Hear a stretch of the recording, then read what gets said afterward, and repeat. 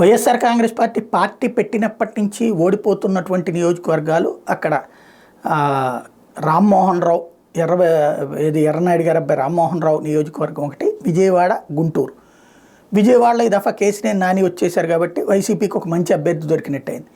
అదే సందర్భంలో గుంటూరు గల్లా జయదేవ్ తెలుగుదేశం పార్టీ తరఫున వరుసగా 2 సార్లు గెలిచారు 2014-19లో.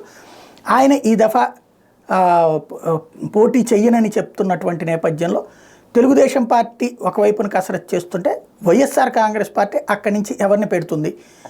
క్రిందసారి మోదుగులను పెట్టింది, ఆయన చివరిలో విఫలమైనటువంటి నేపథ్యంలో ఈ దఫా ఎవరిని పెడుతుంది అంటే, ఈ దఫా ప్రధానంగా వినబడుతున్నటువంటి ఇది ఇప్పటిదాకా ఎవరూ లేరు అనుకుంటుంటే ఇక లిస్టు ఫైనల్ అయ్యే టైంలో కొత్తగా ఒక మాట వినబడుతోంది.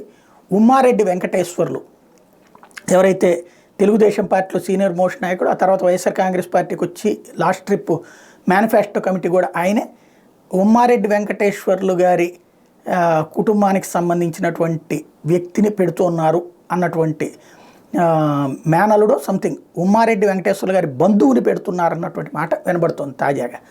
ఉమ్మారెడ్డి వెంకటేశ్వర్లు గారి మనవడో లేకపోతే సంథింగ్ ఎవరో కానీ వాళ్ళ కుటుంబానికి సంబంధించినటువంటి ఒక వ్యక్తికి పెట్టేటటువంటి అవకాశం ఉందన్నటువంటి మాట తాజాగా వినబడుతుంది. అది ఖరారు చేశారు అని చెప్తున్నారు. ఎంతవరకు వాస్తవం రేపో మాప లిస్ట్ వస్తే తెలుస్తుంది.